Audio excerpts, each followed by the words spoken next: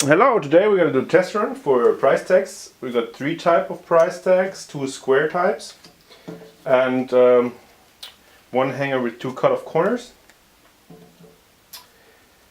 We're going to start the labeling part. I already loaded the label onto the machine. We have to make sure that the label here is a little bit over the edge because they're quite short labels. Only like about 1.4 centimeters high. We start the conveyor belt. Okay, that was the loader from the last run. The input hopper is already started.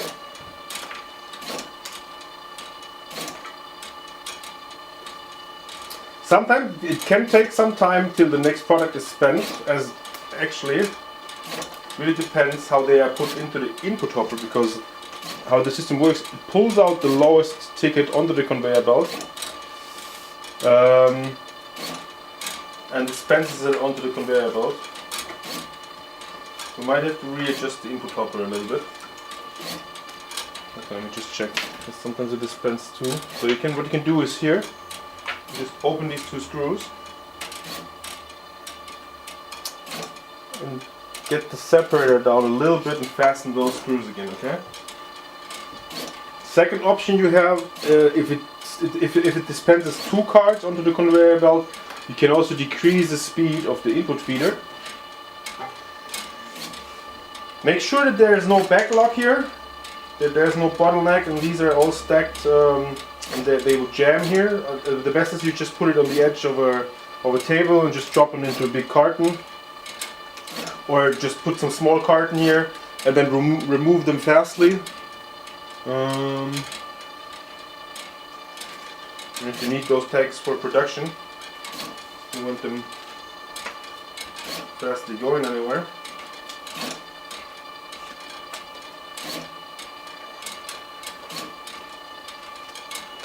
Can you please sort them and put them back in the conveyor belt? Back in the input hopper.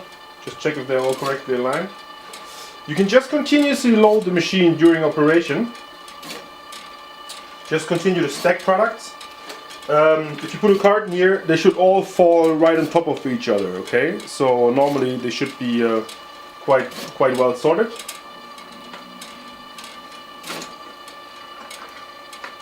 Also, as you can see, positioning here is pretty much always the same, okay? Now we're not right in that square.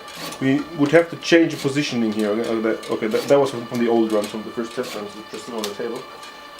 These are the new ones, as you can see.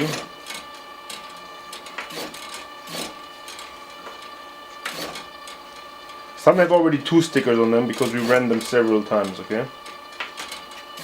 And you can see that the tolerance is just about 1 millimeter. It's very accurate, the positioning.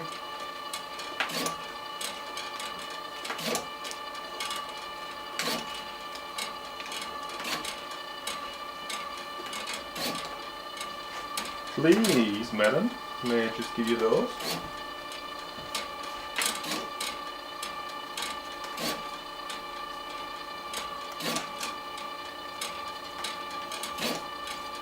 As you can see here, here's the counter. This one actually resets whenever you turn off the machine.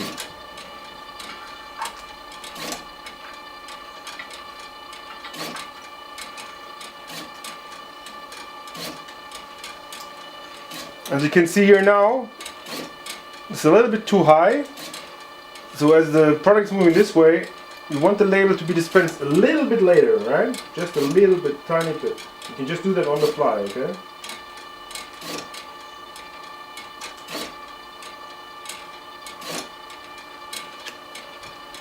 So now you have that right in the corner, right?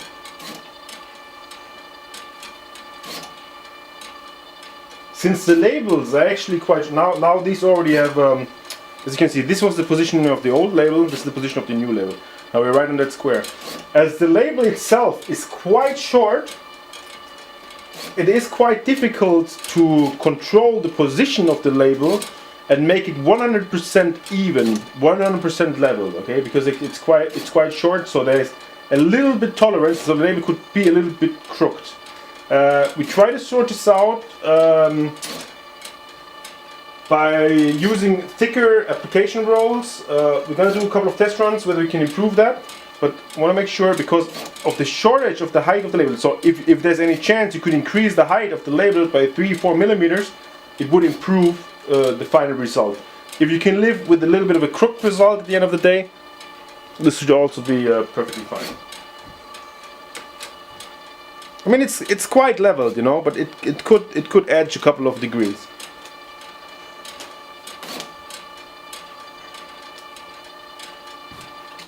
Okay, thank you very much. Now we test run it through. We're gonna check the machine now. Let me show you. To change the format, okay, what you have to do is, okay, also as you can see here, there's still like 2 or 3 cards in there. If there's not enough weight in the input hopper, it will not dispense the product, alright?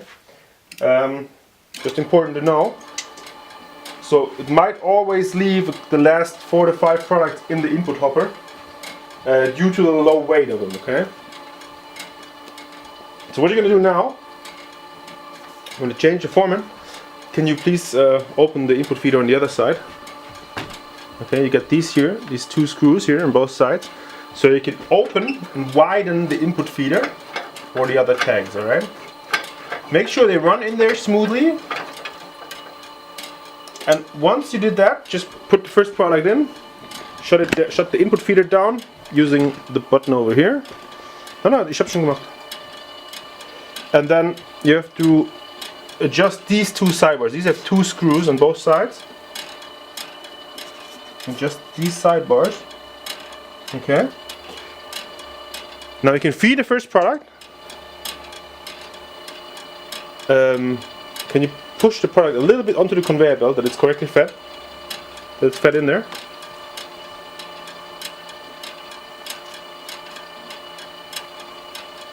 Doesn't run in? Okay, then there's maybe not. Okay. Seems that those cardboards are actually thicker than the other ones. So what you have to do is, you open these 2 screws here, okay? And then here, this is the separator, okay? This makes sure that only 1 product is dispensed. When you fasten this screw, it will let thicker products through, okay? Like this cardboard at the moment. If you unfasten the screw, okay, now it's good, alright? Just went through, alright? Just push it, put it there. Okay, so we now fasten those screws again.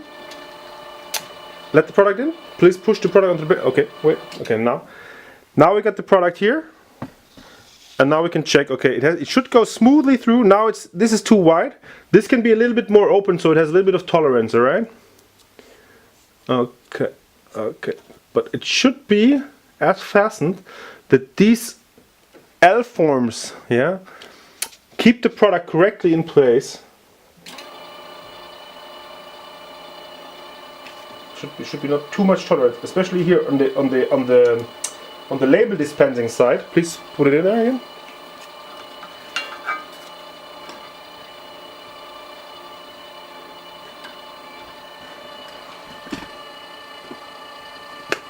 Okay, now it has really very small tolerance.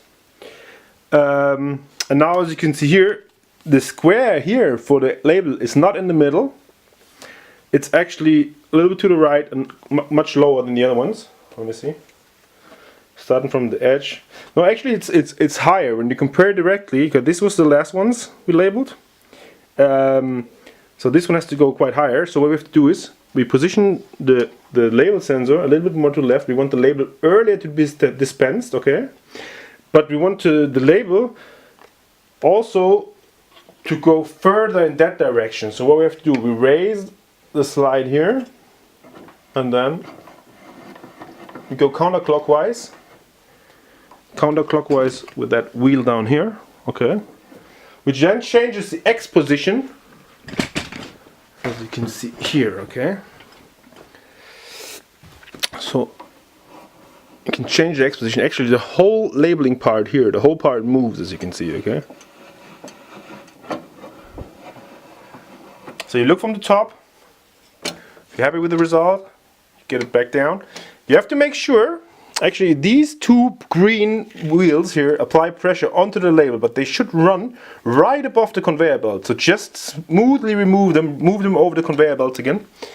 Make sure that they run, and then you you lower the slide again and just let it smoothly drop onto the conveyor belt. So when you turn on and start the conveyor belt again, make sure these are spinning, okay? These apply additional pressure onto the label. They should spin. They should also, because the label might block the product, they should also pull out the product and press additional pressure onto the conveyor belt, right? So now we're going to start the labeling part. We're going to do the first test.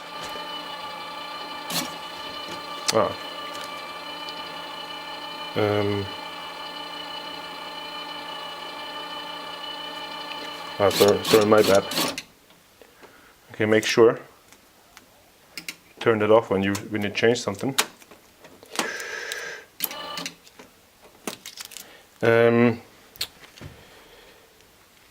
I use it in a way that I have to, of course, dispense this way. If we dispense it this way, I have to go in the lower direction. Okay. So sorry, let me just do that again.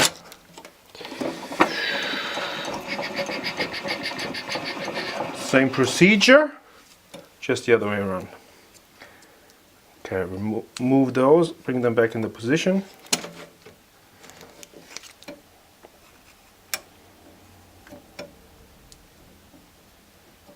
Okay. Dispense the product again. Start the conveyor belt, the label button, and then let's see how it goes. Okay, make sure when you fiddle around here is the product sensor, right? I just moved my hand over the product sensor and it dispensed an additional label, okay? So just turn off what you do, you turn off the start stop button so the conveyor belt still spins, and then you can remove those stickers, okay? This is the tricky one here because that one is transparent, you can't even see it. Make sure that when the label button is set on start, okay? Make sure that you don't fiddle around here right over the product button, because it will dispense some labels, okay? It happened to me a couple of times. So that's just good to know. Just turn it off when you change something there. And now we're actually good to go. Pretty much changed everything we need. Yes, thank you, madam. Please, let me just put them in here.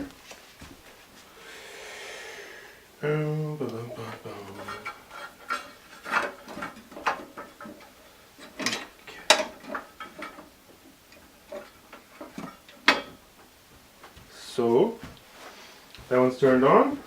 Start the labeling part.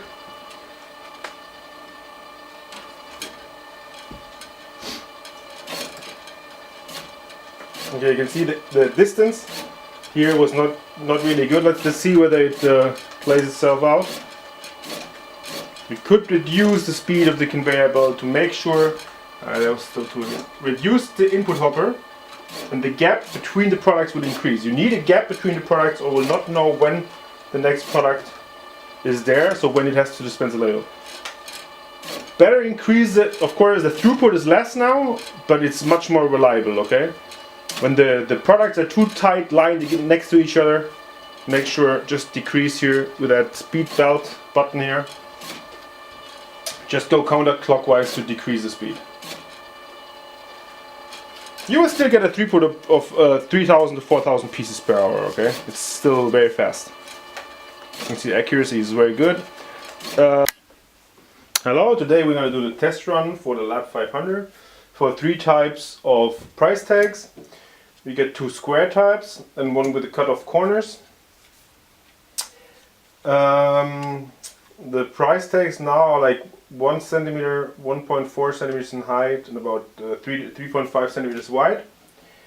Okay, we're going to start the labeling part, then the input feeder and the automatic feeder. Please press the button.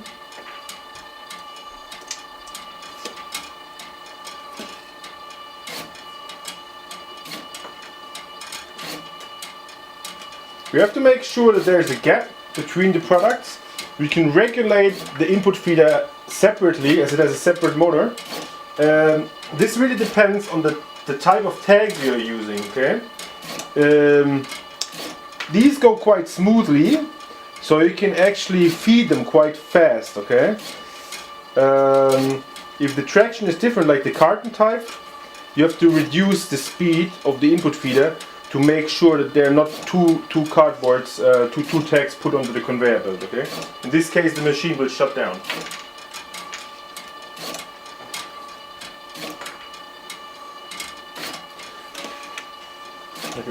Something like that happens. Please make sure, as you can see, the sidebars are not perfectly in place. They have a certain L form to press the product onto the conveyor belt, okay? They were not tight enough right now.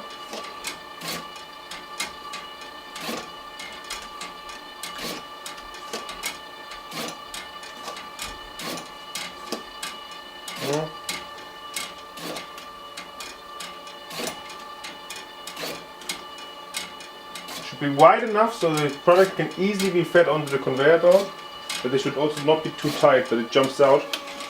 So now I've made it too tight again. Das liegt aber daran, wir müssen es noch machen. This is the third and final test run for the price tags. I just changed the labeling position. We want the label to go right here in that square. Turn on the labeling part.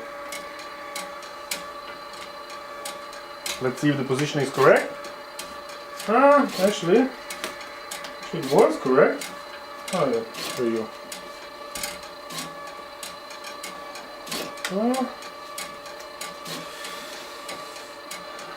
My colleague put here some kind of a holder.